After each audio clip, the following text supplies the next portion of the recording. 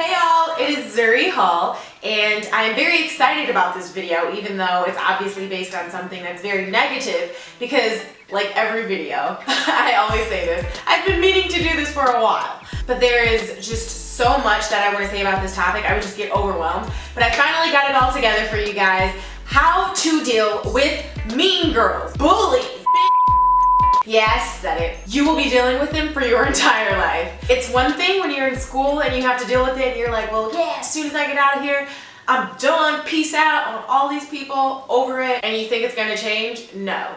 Just like the hot jocks, graduate sometimes, kidding, and go into the real world, just like the theater geeks, myself included, graduate and move on into the real world. Heck, even the dropouts, everyone, we're all still moving into the real world, and guess who's included with that? The mean girls and the douchebags, the bullies. They're going into the real world and they're bringing those traits with them. So these are just a few of my tips on how to identify a mean girl or a bully, how to handle it, and what to do when it feels like nothing you're doing is working. To me, a mean girl is someone who is mean or abusive, a bit of a bully, just to make you feel insecure or to make herself feel better about herself. Whether they're verbally abusive or they're just catty or everyone's hanging out but they're not inviting you intentionally, just little things like that they know are gonna chip at your heart or your ego or your spirit,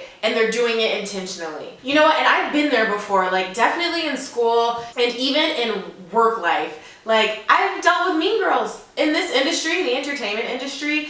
You feel a sense of, you know, people always sizing each other up, and sometimes some people can't handle that in a healthy way, so they want to attack you or make you feel bad about yourself or make you second guess your looks or your talent, so that when it's time for you to go on camera, you can't do the best job that you know you're able to do because they've made you feel insecure or beat you up about it. I've refused to let that translate on air for me because I refuse to let anyone take that from me, but it took a lot of time to decide that for myself, to decide to stand up for myself and to decide that I was worthy and worth, you know, what I'd worked for, and that I could stand up to people who tried to make me feel otherwise. My first tip to you is, believe it or not, take it as a compliment. If these girls or these guys even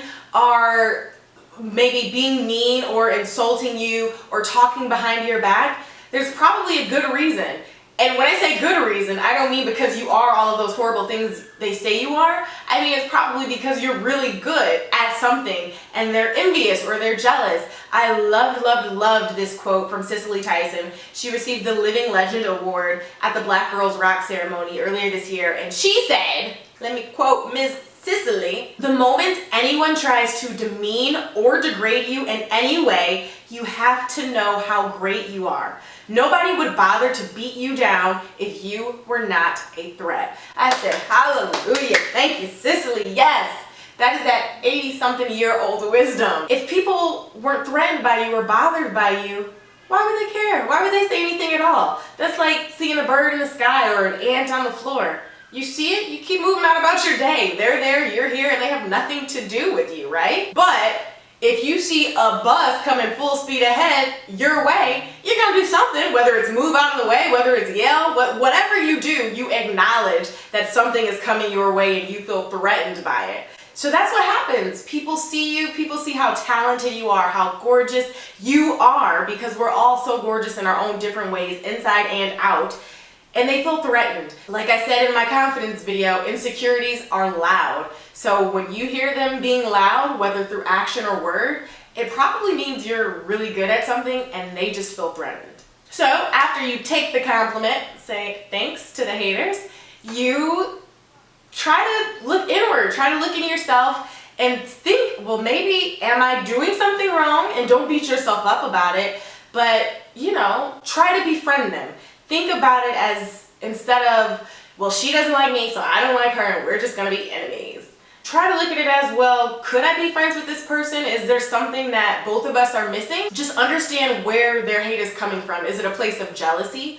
You can't control how they feel about you, so whatever. Is it a misunderstanding?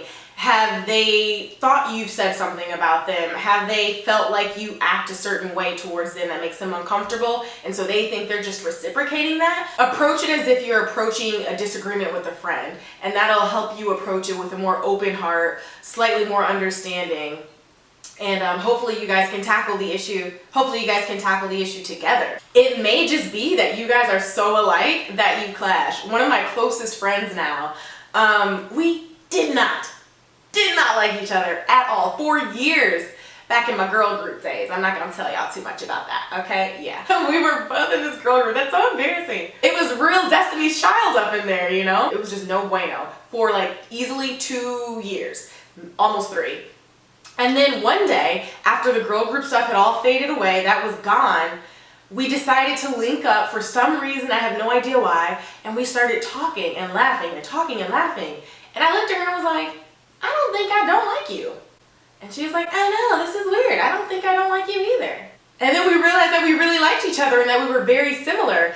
And hindsight is 2020, looking back, we realized we were just so alike that both of us probably felt threatened by the other, by our similar personality traits, maybe similar skill sets. And so we all want to feel special and unique, right? And we are, but sometimes it feels like you want to be the only you in any situation. So maybe that's what it is. Maybe that person just feels a little threatened by you because it's like, well, if she comes in here and does what it is I think I'm supposed to be here to do, what the heck am I supposed to be here to do?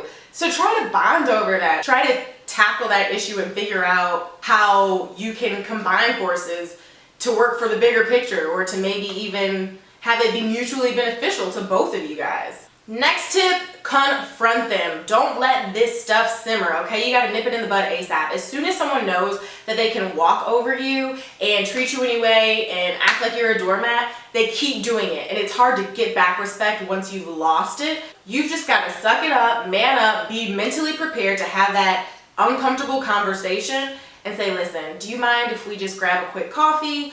Or do you mind if we meet up after school for like a few minutes outside of the gym so I can put this Vaseline on my face and get going? No, I'm playing. Oh my gosh. I'm joking, you guys. No Vaseline. So you can talk like the civil young adults we are.